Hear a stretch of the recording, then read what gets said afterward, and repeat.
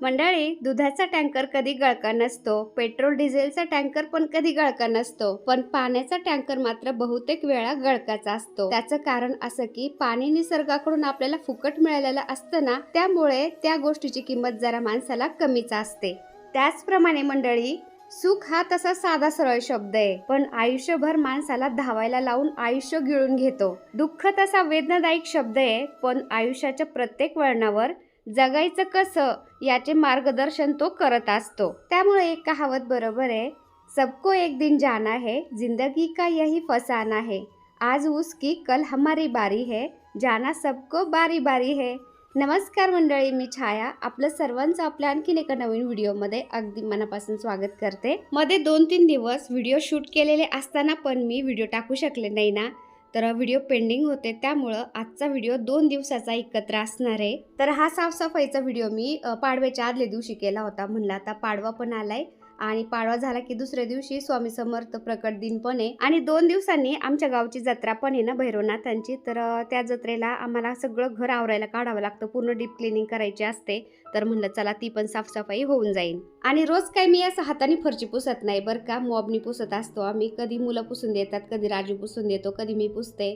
फक्त 7-8 दिवसातून एकदाच मग असं गरम पाण्याने एका कॉटनच्या कपड्याने किंवा जो मायक्रोफायबरचा कपडा असतो ना त्याने मी असं एकदम लोळून लोळून फरची पुसत असते बरं का। तर घराचे कानेकोपरे एकदम छान निघतात मग। आणि आपण मॉबनी जर फरची पुसायला लागलो ना तर ते कानेकोपऱ्याला मॉब जात नाही ना, तर ती धूळ तशीच राहते मग। पण मॉबनी जर आपण फरची पुसायला लागलो ना, ते आपण असं मधले ग्रॅनाइट दरवाजे वगैरे ते पुसत नाही आणि आपलं लक्ष पण जात नाही त्याच्याकडं। पण हाताने जर आपण फरची पुसायला लागलो ना, आपसुक आपले ते हात त्या ग्रॅनाइट कडे दरवाजाकडे जातात। असं वाटतं 1-2 कपडा मारल्याने काय फरक पडतो का, तेवढंच आपलं घर एकदम चकाचक निघतंय आणि मग आपण ते दरवाजे असं ग्रॅनाइट वगैरे सगळं पुसून घेतो। आता घरातल्या कामामध्ये युट्यूबच्या नादामध्ये मी एवढी बिझी राहते ना, मला म्हणजे वेळच पुरत नाही बरं का, दिवस सुद्धा पुरत नाही।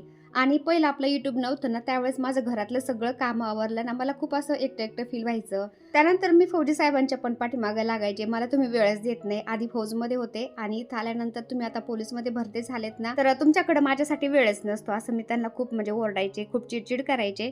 पण आता मी एवढी बिझी असते ना, तर ते घरी आले ना, त्यांनी माझा थोडा जरी टाइमपास केला ना, तर माझी चिडचिड होती आता, कारण मला वेळच पुरत नाही। ते कधी ड्युटीवरून आल्यावर मी जर कामामध्ये बिझी असले ना, तर तेच मला कधी कधी म्हणतात, बाई थोडं बस माझ्याजवळ, माझ्याशी थोड्याशा गप्पा गोष्टी कर, म्हणजे मलाही छान वाटतं। तर ते असं करतात आता। तर असं होतं, आपण कोणत्या ना कोणत्या कामामध्ये स्वतःला बिझी करून घेतलं ना, आपण पण सुखी आणि घरातले सगळेच सुखी असं होतं।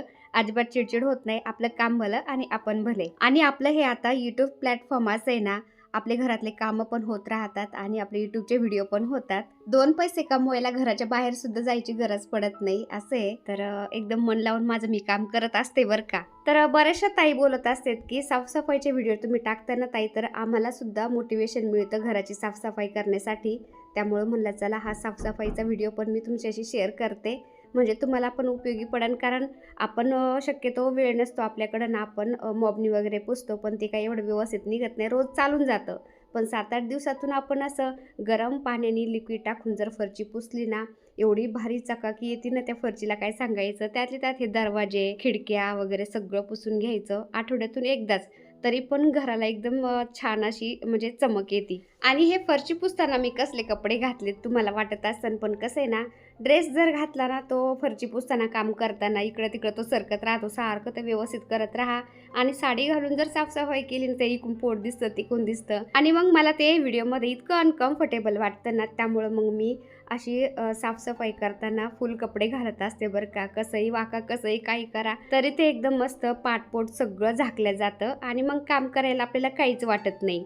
नाहीतर मग ते आपल्याला थोडंसं कसं तरीच वाटत असतं, इकून पाठ दिसते का, इकून पोट दिसतं का, साडी व्यवस्थित करा किंवा ड्रेस व्यवस्थित करा। त्यामुळे असे ढगाळमगाळ अंग भरून कपडे घातले ना, काम आपल्याला असं बिंदास करता येतं। मी एका ठिकाणी ट्रायपॉडला कॅमेरा लावून देते आणि काम करत राहते। दरवेळेस काय मला कोणी सापडत नाही व्हिडिओ घ्यायला, कोणाच्या हातामध्ये कॅमेरा द्यायला। सगळे जे म्हणजे सगळ्यांना जे त्याची कामं असतात, मुलं जातात कॉलेजला, फौजी साहेब जातात ड्युटीवर, राजू पण जातो, मग कॅमेरा द्यायचा कोणाला, मग असं ट्रायपॉडला लावून देते मी वेगवेगळ्या अँगलनी आणि आपलं काम करत बसते। आता ह्या कपाटावरती छोट्याशा मी ग्रीन मॅट टाकलेले आहे ना, त्याच्यावरती गवती चहाचं गुंडी ठेवलेली आहे, गुंडाळून ठेवलेली। तर गाववाल्या ताई आल्या होत्या एक दिवस ना, म्हणजे 2 दिवस झाले, त्यांना द्यायची होती ते गवती चहा, काढून ठेवला मी, पण आमच्या गप्पा गोष्टीच्या नादात आहे ना ते गवती चहा त्यांना द्यायचं विसरून गेलं. आता किचनमधून निघाल्यानंतर हा मध्ये स्पेस आहे, तिथं बेसिन आहे, त्याच्यानंतर डाव्या साईडला स्टोर रूम आहे, पलीकडं टॉयलेट बाथरूम आहे दक्षिण दिशेला, आणि किचनमधूनच समोर जे रूम दिसते ना, रूममध्ये ते लाल पेंटिंग आहे, तर ती पेंटिंग सुद्धा मिस केलेली बरं का. ती पेंटिंग केल्यानंतर बऱ्याचशा ताई बोलल्या की त्या पेंटिंगला थोडासा असा झुला करा तुम्ही, आणि त्याच्यावरती असं छोटे छोटे मुलं मुली बसलेलं खूप छान वाटन. पण ते करण म्हणलं, पण काही वेळच मिळाला नाही. त्यानंतर मी ते छोटीशी पेंटिंग त्याच्यामध्ये ती ॲड केलीच नाही. तर काम आवरलं ना, मी असं काही ना काही घरामध्ये क्रिएटिव्हिटी करत बसायचे ना, त्यामुळेच तर मला आयडिया सुचली होती आपल्या यूट्यूब चॅनलचं नाव छायास क्रिएटिव्ह कॉर्नर ठेवायचं. आणि खरं सांगू का, यूट्यूब चालवायचं म्हणलं ना, आपल्यामध्ये काही ना काही क्रिएटिव्हिटी, पॉझिटिव्हिटी पाहिजे असती, तरच आपण दुसऱ्याला काहीतरी चांगलं दाखवू शकतो, सांगू शकतो. तर 4 रूम मधला स्पेस आणि जिना एवढ्यासाठी मी 5-6 बादल्या पाणी घेतलं बरं का. म्हणजे 5-6 वेळा पाणी बदललं तरी पण काळं पाणी निघत होतं. एवढं म्हणजे कानेकोपऱ्याला धूळ बसती ना, आणि त्यातल्या त्यात आता उन्हाळा चालू ना, कितीही साफसफाई ठेवली तरी पण ते धूळ येतेच घरामध्ये. कारण गरम झालं ना, आपण थोड्याफार खिडक्या उघडतो ना, तर धूळ ती येतीच. तर असं फरची पुसून घेतली मी 4-5 बादल्या असं पाणी बदलून बदलून. आता बाकीचं तर पुसून झालं होतं, हॉल राहिला होता, कारण आकाश इथं अभ्यास करत होता. पण अभ्यास करता करता त्याला झोप आली, तो थोडासा झोपला. तर तो बोलत होता, मम्मी झोपू दे ना. म्हणलं एवढा मोठा राडा करून ठेवलाय, त्याचं लॅपटॉप तिथं, पाण्याची बाटली तिथं, ते लॅपटॉपला चार्जिंग करायचं बोर्ड तिथं, त्यानंतर काय काय सगळं तो असा राडा करून ठेवलेला होता. त्याला म्हणलं हे उचल आणि माझ्या रूममध्ये तू AC लाव आणि तिथं जाऊन झोप म्हणलं. तर त्याला काढून दिलं मी आणि खिडक्या लावल्या होत्या त्यांनी. पहा एवढं गरम होतं तरी खिडक्या लावून बसला होता तो. खिडक्या उघडल्या, जरा थोडासा उजेड आला, हवा आली की बरं पडतं. आणि सोफ्याचे कवर मी काढून मशीनमध्ये धुवायला टाकले होते. सोफ्याला कवर बसवलेले असतात तरी पण त्या कवर मधून पण धूळ त्या सोफ्यावरती थोडीफार पडलेली असते. तर मग तो सोफा म्हणलं ओल्या कपड्याने थोडासा झटकून पुसून घेते आणि त्यानंतर मग हॉलची फरची पुसून घेते. आता सोफ्याला कवर नसतात ना, त्यावेळेस तो सोफा एवढा भारी दिसतो ना, ते कवर एकदा काढले की मला ते कवर लावूशीच वाटत नाही बरं का सोफ्याला परत. पण काय होतं, सोफ्याला जर का कवर बसवले नाही तर सोफ्याचा कपडा एकदम मळकट काळपट झाला की तो काढून काय आपल्याला परत धुता येत नाही, तो तसंच राहतो. त्यामुळे ते सोफ्याला कवर लावावं लागतात. कवर जर खराब झाला तर ते आपण काढून धुवू शकतो, पण सोफा जर खराब झाला तर ते तसंच राहतं. शेवटी त्या कंपनीवाल्यांना बोलून आपल्याला तो सोफा धुवून घ्यावा लागतो आणि तो खूप महाग जातं आणि ते खूप म्हणजे राडा होतो. त्यामुळे म्हणलं चला आपले कवर आपण शिवून घेऊ. तर आम्ही शिवून घेतलेले आहेत त्या सोफ्यावाल्यांकडूनच माप घेऊन बरं का व्यवस्थित. तर ते कवर लावत असतो आम्ही. सध्या मी मशीनमध्ये धुवायला टाकलेले आहेत. आणि हाताने फरची पुसायचं म्हणलं ना, तर 2 पायावर एवढ्या घराची फरची पुसणं काही शक्य होत नाही बरं का. पाय दुखून जातात, त्यामुळं असं लोळून घोळून मी फरची पुसत असते बरं का. आता मी फरची पुसत होते ना, तर भांड्यावाल्या मावशी पण आल्या होत्या. त्या बाहेर भांडे घासत होत्या, कपडे धुत होत्या. तोपर्यंत माझी फरची पण पुसत आली होती. तर मावशींचे भांडे घासून झाले ना, त्यांनी दारामध्येच आणून ठेवले. म्हणल्या तुम्ही आता सुकलं ना फरची, त्यानंतर आतमध्ये ठेवा, मी इथंच ठेवते. तर या पहिलं पण बऱ्याचशा ताई मावशी पण म्हणत होत्या, भांड्या धुण्यावाली तुम्ही मावशी लावून घ्या, म्हणजे कामाला बरं पडेल. कारण आपल्या घरातली भरपूर कामं असतात, त्यानंतर यूट्यूबचं काम, भरपूर लोड यायचा मला कामाचा. पण आता भांड्याला आणि कपड्याला मावशी लावल्यापासून बरं पडतं बरं का मला कामाला. जरा जरा वेळ देता येतो स्वतःला पण आणि यूट्यूबला पण. आता भांड्याला मावशी लावल्यात, पण कपड्याला पण का लावल्यात, कारण मशीनमध्ये म्हणावा असे कपडे काही निघत नाही बरं का. शर्टांच्या कॉलर तर मला त्या घासून मशीनमध्ये पुन्हा ते कपडे टाकावं लागायचे. आणि तरी पण हाताने धुतलेल्या कपड्याला जशी ती चकाकी, ती चमक येते ना, तसं मशीनच्या कपड्यांना अजिबात चमक येत नाही बरं का. त्यामुळं कपडे धुवायला पण मी मावशी लावल्यात. तर कपडे भांडे मी त्यांच्याकडे देत असते. कपडे पण एवढे छान धुतात आणि भांडे पण एवढे छान घासतात ना त्या, मला कपड्या भांड्याचं टेन्शनच नाही राहिलं आता. आणि मावशी पण खूप छान आहेत, स्वभाव पण छान आहे त्यांचा. आता माझ्याकडं कामाला आलेलं त्यांना महिना होऊन गेला ना, तर काम पण खूप छान करतात त्या. आता दुपार होत आली होती ना, तर सागर पण आला होता कॉलेजवरून. त्याचे फार्मसीचे पेपर चालू आहेत ना, तर पेपरवरून आला होता तो. आणि आल्यानंतर मला ओरडत होता की आता तू आवरून नाही ठेवला, अजून प्रमोशनचा व्हिडिओ शूट करायचा होता. कारण प्रमोशनचा व्हिडिओ शूट करायचं म्हणलं ना, एकटीला काही जमत नाही मला. तर इंस्टाग्रामचे प्रमोशनचे व्हिडिओ असतात ना, तर मग तो सागर मला शूट करू लागतो. आणि आपल्या ॲडेनियमला किती छान फुलं आले तुम्ही बघू शकता. आणि आता एवढ्यात जास्त वारं सुटतंय ना, तर सकाळी झाडेला असून पण झाडांची पानं खूप गळाले होते. तर ते बाहेरचं सगळं झाडून घेतलं, पुन्हा अंघोळ केली, मी फ्रेश झाले आणि डायरेक्ट संध्याकाळचं शूट घेत होते मी. आता राजू दळण करत होता आणि संध्याकाळी फौजी साहेब पण आले होते ड्युटीवरून. तर मी आणि फौजी साहेब चाललो होतो बाजारामध्ये. म्हणलं थोडासा भाजीपाला पण घेऊन यावा. सूर्य मावळतीला गेला होता ना, तर सगळीकडे मस्त लालिमा पसरली होती आकाशामध्ये आणि एकीकडून आभाळ पण भरपूर आलेलं होतं. विजा कडकडत होत्या. तर 2-3 दिवस आभाळ आलं गरजलं आणि ते निघून गेलं. पाऊस काही झाला नाही. एक दिवस थोडासा सपका शिपका झाला आणि ते निघून गेलं. घरातला आवरता आज मी फार गाळ झाले. लय दमले मी अजून.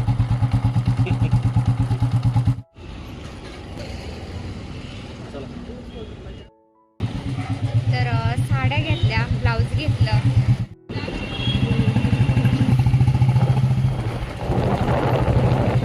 तर साड्या पिको फॉलला टाकल्या होत्या, ब्लाऊज शिवाय टाकले होते ना, तर ते पण घेतले मी. त्यानंतर श्रीखंड आणि दही घेतलं. त्यानंतर आलो भाजीपाला घ्यायला. भाजीपाला पण थोडासा घेतला आणि त्यानंतर आलो मग घरी आल्यानंतर आकाश आणि राजू चालला होता दळण दळायला. आकाश चालला आता दळण दळायला राजू बरोबर. पाऊस यायच्या आधी पटकन या, लईच विजा चमकत्यात.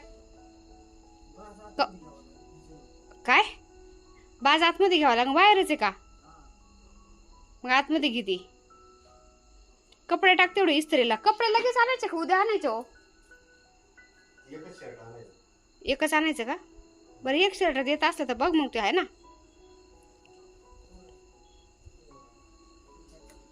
काय राजू म्हणतो माझा रिचार्ज करा.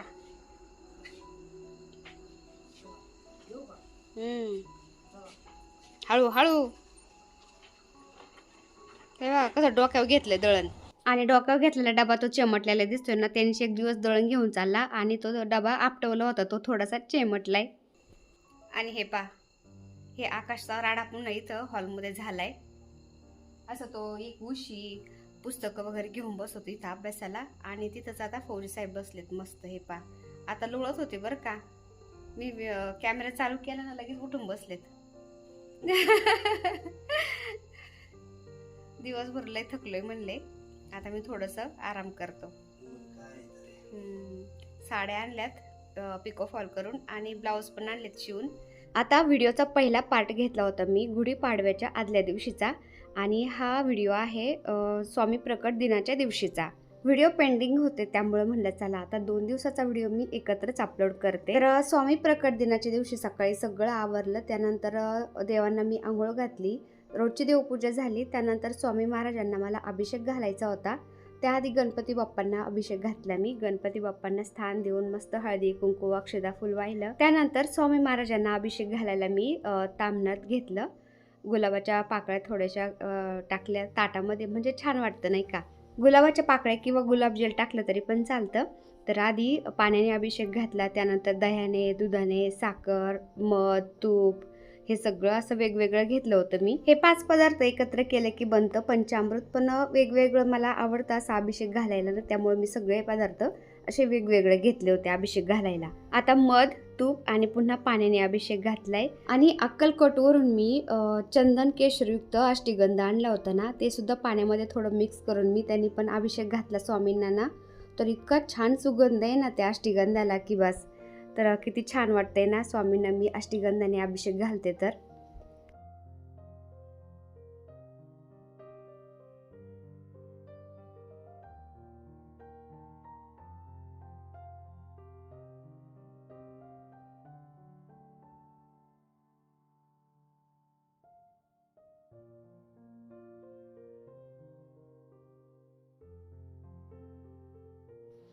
आता रोजची देवपूजा तर सगळी झाली होती. त्यानंतर मग स्वामींचा अभिषेक झाला. स्वामींना मस्त आसनावरती स्थान दिलं आणि त्यानंतर आता रांगोळी काढायची फक्त. तर एका ताईंनी प्रमोशनसाठी लाकडी रांगोळीचे साचे पाठवले होते ना, त्याच्यामध्ये स्वामींचा हा रांगोळीचा साचा खूप छान आहे. तर छोट्याशा फरशीवर मी पिवळ्या रांगोळीचा गालिचा केला आणि त्यानंतर हा साचा ठेवला आणि लाल रांगोळी टाकली लाल कलरची आणि त्यांनी तो साच्यावरती मी रांगोळी थोडीशी अशी पसरून घेतली.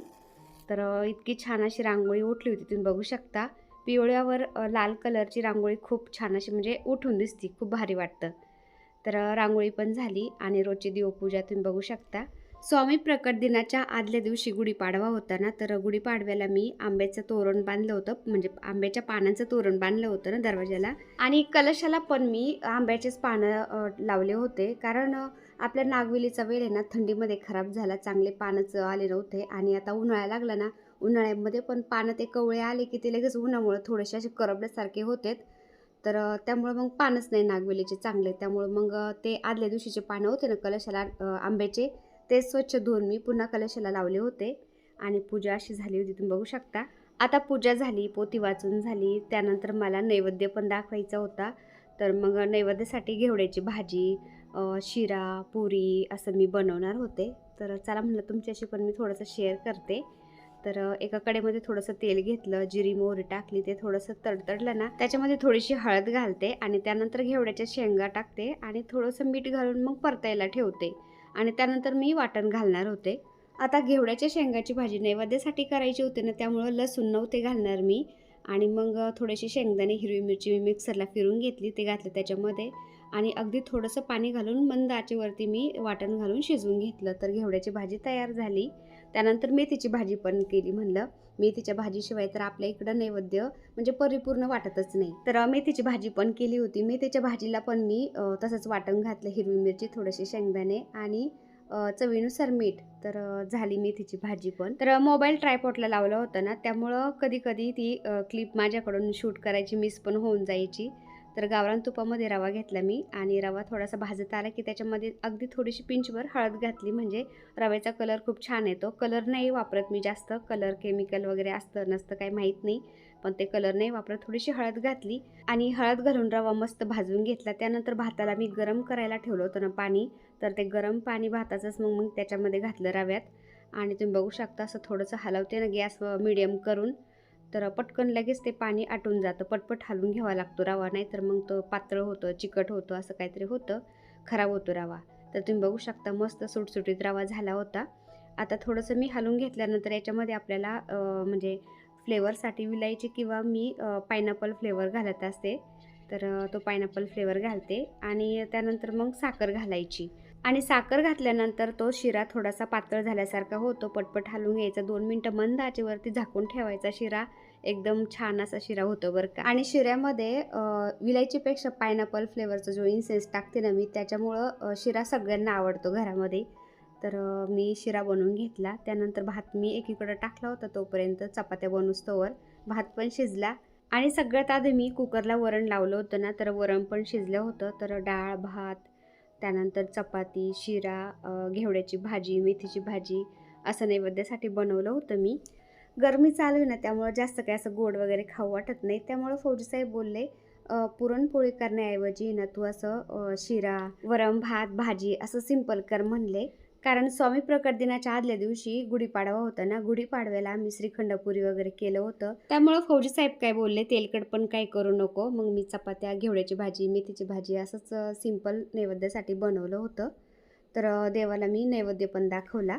आणि या व्हिडिओचा ओव्हरव्हाईस मी रात्रीचं करत होते. झोप तर खूप आलेली होती, पण व्हिडिओ जर राहून गेला ना, म्हणलं दुसऱ्या दिवशी मग बाकीचा व्हिडिओ शूट करता येत नाही. त्यामुळं मी याचं ओव्हरव्हाईस रात्रीचंच करत होते. त्यामुळं माझा आवाज थोडासा बारीक येत असेल, तर तुम्ही समजून घेताना अशी अपेक्षा करते. आणि आजचा व्हिडिओ मी तर सेंड करते. व्हिडिओ आवडला असेल तर एक लाईक नक्की करत जाता येईल. चॅनलवर नवीन असेल तर प्लीज आपल्या चॅनलला सबस्क्राईब पण करा. चला तर भेटूया आणखीन एका छानशा व्हिडिओबरोबर. तोपर्यंत बाय. व्हिडिओ पूर्ण पाहिला त्यासाठी मनापासून आभारी सर्वांची. सर्वांना श्री स्वामी समर्थ.